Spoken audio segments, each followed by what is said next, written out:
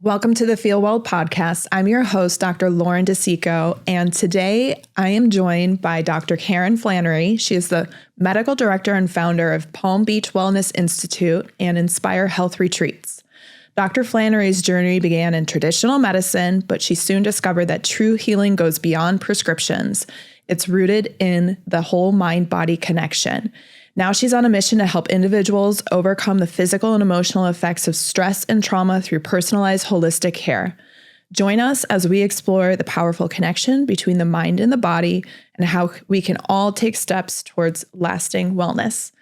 Welcome. We're super excited to have you here today. Thank you. So I'm just curious how you went from very traditional medicine into the scope of practice that you are in right now. Oh, thank you. So I guess a little bit would be my own journey. And interestingly, speaking of medicines and pharmaceuticals, while I still believe in them, my father and my sister are pharmacists. And so we have frequent conversations at the dinner table about pharmaceuticals being important for a lot of people in a lot of conditions, but they're not everything.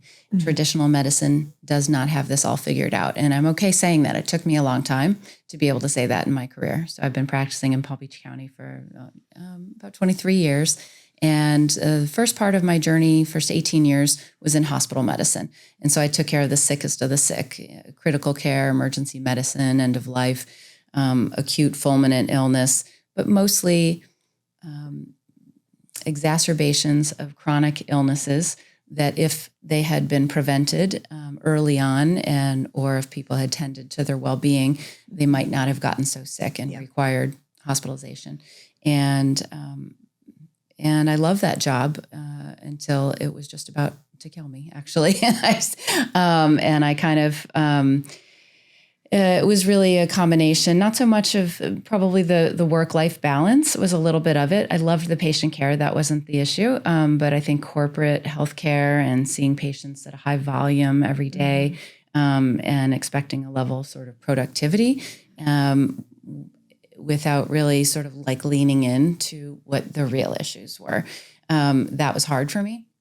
But I realized I wasn't willing to cave to the system. And as a result, I really felt like I just needed to pull up a chair and spend time seeking to understand the root of sort of what got them sick, what was keeping them sick, what was preventing them from seeking a healthier lifestyle, and also taking what I subsequently learned in the behavioral health world is like a biopsychosocial approach. And that wasn't that sort of wasn't expected. It wasn't part of what we do when we take care of sick patients. We just sort of put a Band-Aid on, we give a medicine, we do some diagnostic studies, we put them on their way. And so I think I tried to integrate a more holistic approach to in a sick care setting. And I realized I was probably a square peg in a round hole. Actually, I think someone lovingly shared that with me at the end when I realized it was time to pivot in my career. And I said, I'm not willing to compromise my standards and my beliefs. I do want to practice this way.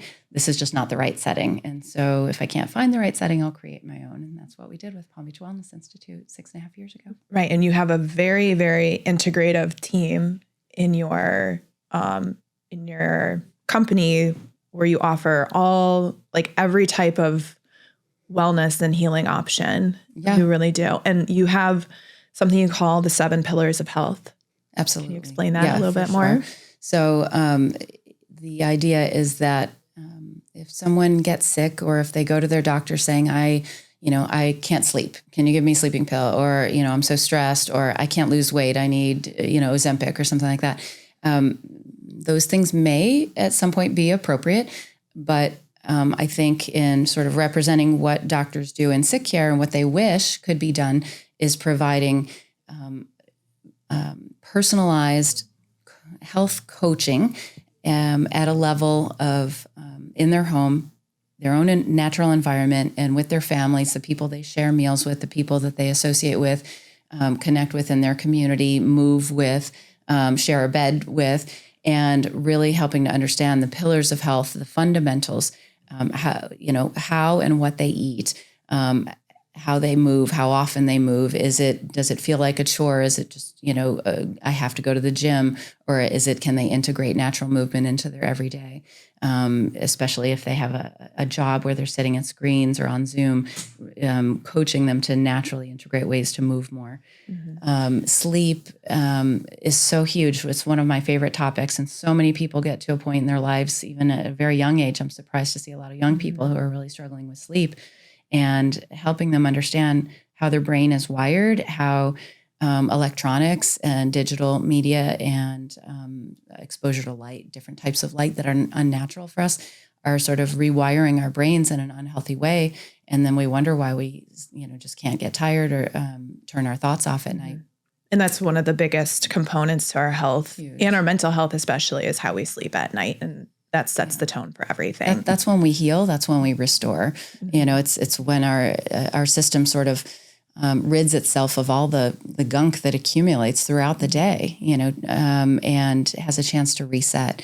And we know, we've had studies for years that show that people that don't get restorative sleep actually have shortened lives. They have worsened health outcomes. And so there's a lot that we do around assessing, but also just coaching and guiding them toward healthier sleep principles, so that, if they truly have refractory insomnia and have covered all the bases, okay, maybe then their doctor can give them a sleeping pill, but that's not the first go-to. Right. Introducing people to concepts that, like CBTI, cognitive behavioral therapy for insomnia, that if you actually look at medical guidelines for sleep medicine, are the standard of care, first line before Ambien or Trazodone or any of these things that people take for sleep. People are like, what's that? How come my doctor never talked to me about that? You saying that is the first I've heard it, and I'm a clinician. Yeah. So we do a lot of education, a lot of raising awareness, and a lot of empowering people to kind of take back a sense of agency over their own health and well-being. Not that they don't need their doctors. In fact, they're oftentimes concierge doctors are our biggest referral source. They may not need me as a medical doctor. I do something quite different now than I did. And all of what we do is considered low volume, high touch.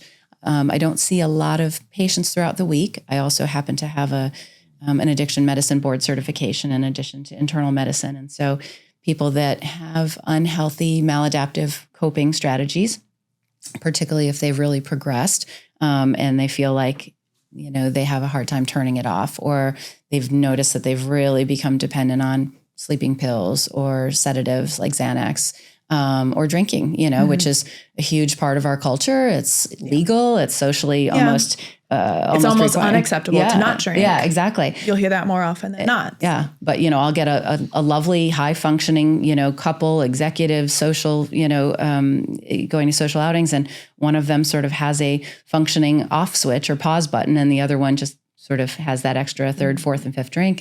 And so initially when I started doing addiction medicine, I focused on people that really need abstinence-based recovery. And that is necessary for some people.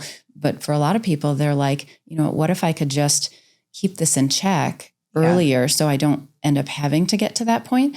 And a lot of what we do in our teams is teach people about mindfulness, mindfulness-based stress reduction being really a big part of what underlies a lot of people's overall sense of well-being. But mindful living, mindful, intentional living, and just, the definition, John Kabat-Zinn's definition of mindfulness is present moment awareness, paying attention on purpose in the present moment. And so if we apply that to how we move, how we eat, how we consume alcohol, for example. So this is the kind of conversation I found myself having. Any of those things can become maladaptive coping mechanisms if you step away or detach from that mindfulness, intentional decision making for yourself. Absolutely. Yeah. So we really kind of do a deep dive and an assessment of how people connect with those 7 pillars of health. So of course, eating, sleeping, moving, stress management, what brings them joy and happiness, a sense of purpose and connection to something greater than themselves, but also connection to their community. And I think it goes without saying in this day and age, we often move away from the hometown where we grew up. We don't have multi-generational households. People, the other population I love working with are people as they get into, aging, and they have fears, right? I look at my own parents; they're still pretty active and vibrant and healthy, thankfully. But they're kind of like, well, what if I have to rely on somebody? What if are we going to have enough money to have somebody take care of us? Will I be able to do the things and stay connected? And so, helping people find sort of their tribe and stay in that. And it might not be your primary family that, are your blood relatives, but having that support network that is kind of guiding you on your journey every step of the way. And so making sure that people, especially coming out of COVID, a lot of people, particularly older folks who were afraid of getting sick, found themselves isolating and staying home more. And so really actually just kind of coaching and how to get people connected back to each other. Well, my belief is that how you transition into healing is through feeling safe and having connection. Absolutely. So, and having community around you. We've become a very isolated species, unfortunately, and we're not supposed to be. But then even optimizing your wellness and your tapping into your performance and expansion and stuff like that is also all through those connections and community and having that alignment with your purpose. Absolutely. So how did you then transition into the retreat world? Oh my gosh. Well, I'll be honest. I'm a little idealistic and I get excited about things, and I love everything nature, flora and fauna, and the rainforest in Costa Rica. And for anybody who's ever been, I think the first time you go, anyway, I felt like I left a little part of me in Costa Rica, and I was like, I'll get back, I'll do something here. And I had been working actually for years. A dear friend of mine, Dr. Elizabeth Jenkins, who's a fantastic health psychologist on our team. She's authored 3 books in motivational interviewing, which is a style of communicating with people, can be clients, patients, can be your kids, on how to help them identify with what is important and valuable to them, and then align their actions in moving toward that way. And so Beth and I had talked for years about doing some workshops, intensives, retreats around helping people with health behavior change. And we also both love Costa Rica. And so an opportunity came up. It was just one of those things. And somebody was like, hey, we've got this beautiful, amazing retreat venue in Costa Rica. You can have the best of the jungle and the beach. And for me, it's mostly just, it's the sounds of the rainforest. Everything's just so alive. You can almost sense, the purity of the air. But mostly it's the food and the idea of getting back to, we eat at least 3 times a day, and this is our vessel, like nourishing our vessel. And I think part of our culture in the United States is fast food, processed and ultra processed food, lots of refined sugars, flours, and just not like real food. And actually, one of my favorite authors and mentors, I love the line that says, the key to healthy nutrition is eat food, not too much, mostly plants.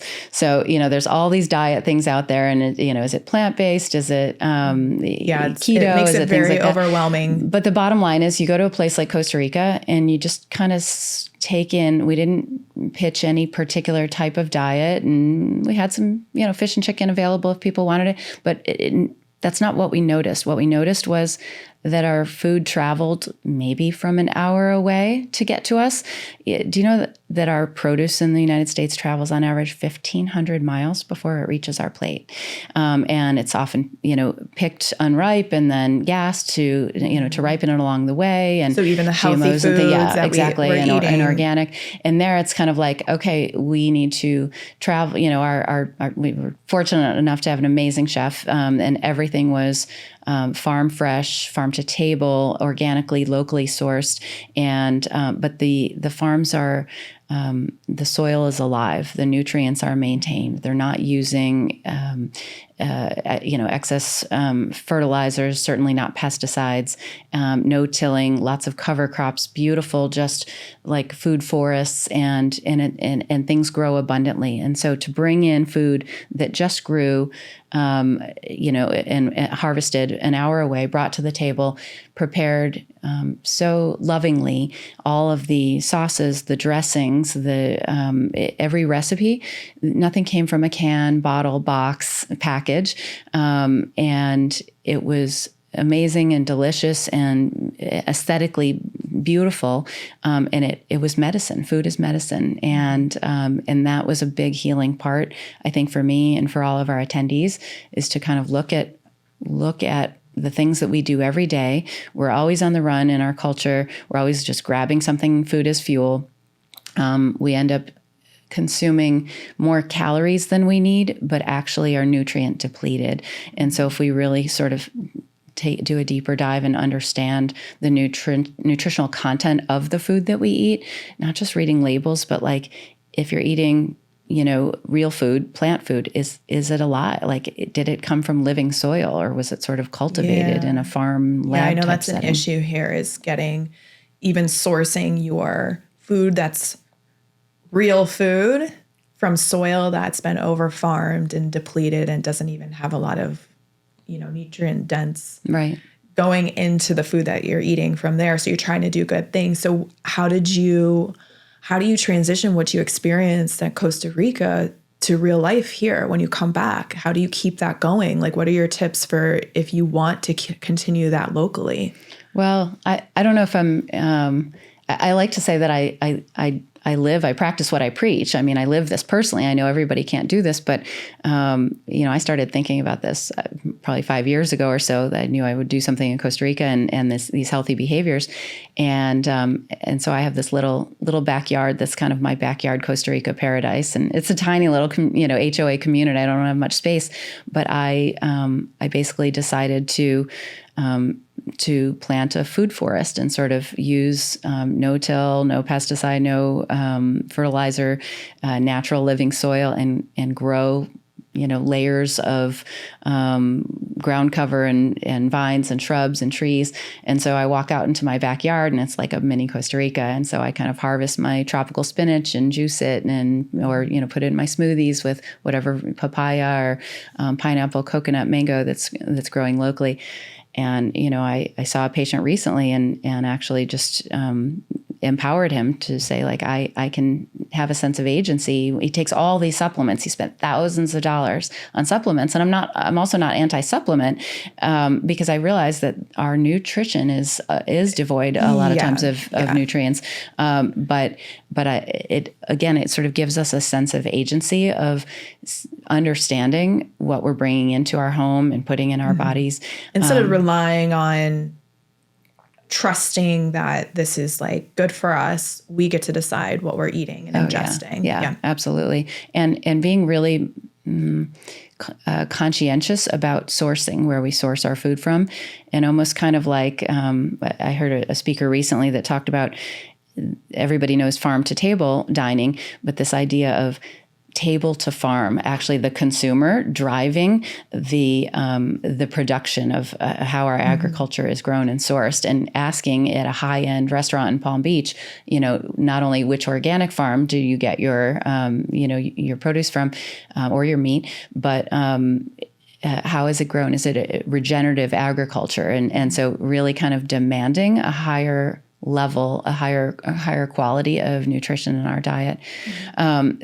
That gets a little tangential because I'm just super passionate, and that's something that I'd really like to connect with more people in the regenerative agriculture space, because there's so much healing power in that. Of that happening in South Florida, actually. Yeah, so it's really, pretty exciting. Yeah, there's a farm in Del Rey that's regenerative. I don't know if you know them. Coastal Pastures. Oh, wow. No, I'll have to connect. Thank you.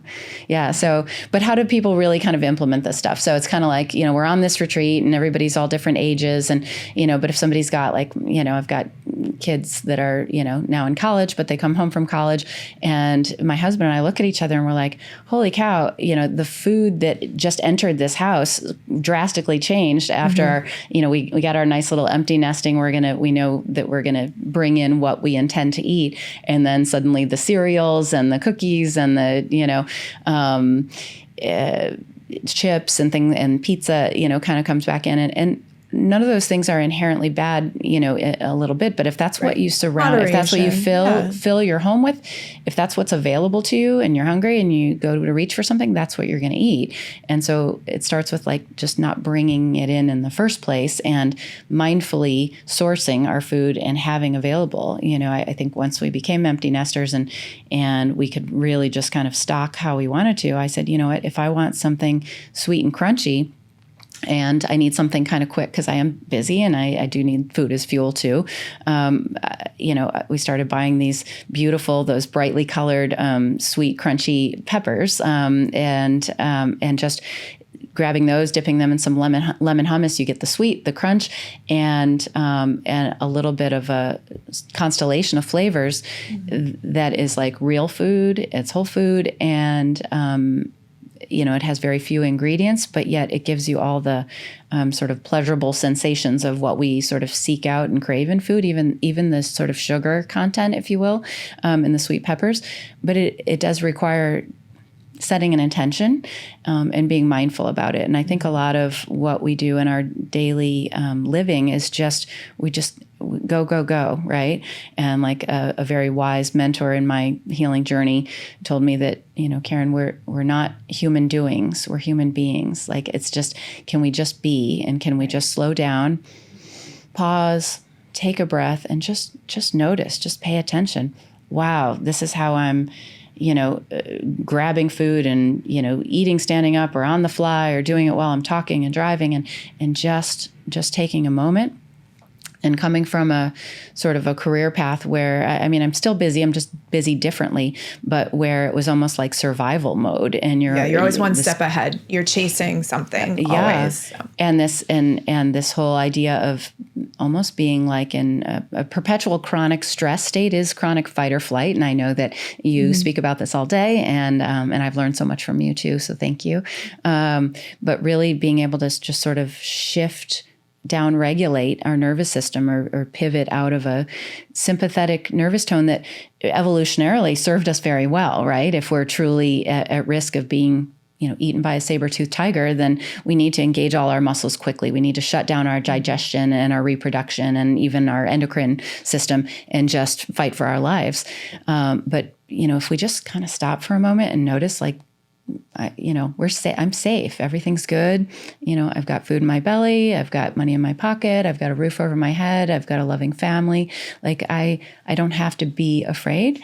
I don't have to be ready to launch into fight or flee from something that is scary or unsettling for me. And I think that if a lot of us could sort of just pay more attention to the fact that we are safe and all our basic needs are met, and we have a sense of agency, like we're empowered. Truly, we are. Then we can all just sort of breathe a little easier. We can interact a little more peacefully. We can certainly sleep more soundly at night, and we can find pleasure in the things that keep us feeling healthy and well every day, like the bounty of nutrition that's available to us if we mindfully source it, the way we move our bodies throughout the day, is another big area of interest of mine. Like I keep pretty active. I consider myself a very active person.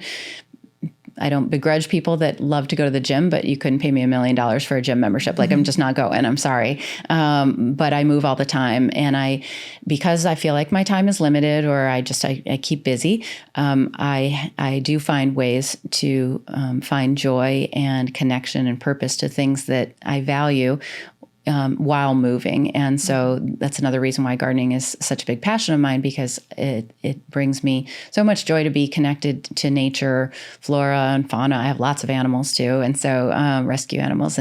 And so to kind of create a home wellness environment that, when I look back, I'm like, oh gosh, I guess I just created my own little Costa Rica retreat in my backyard, but it's where I live. It's where That's how we should all be living, though. We should be living immersed in what brings us joy and pleasure, and we're aligned with it and purpose. And that's like the true healthiest way to live, I think. Yeah, so. Absolutely. How do people connect with your company and you and work with you, either with Palm Beach Wellness Institute, or if they're interested in going to Costa Rica on a retreat? Or any place. It might not be Costa Rica next time. We might go other fun places too. So we have a lot of initiatives. Palm Beach Wellness Institute is primarily serving clients and patients in Palm Beach County. So palmbeachwellnessinstitute.com is our website. You can scope us out. We have a team of about, I think, almost 30 providers now. And not everybody needs to see me. I would love to have an initial intake and just sit down with anybody that really wants to kind of talk about those pillars of health and the holistic approach to optimizing, empowering their health and well-being. But it's not necessary. We do have health and wellness coaches. We have care coordinators, a wellness director that can start the process. And so they can call our office, 561-802-0929, or check out palmbeachwellnessinstitute.com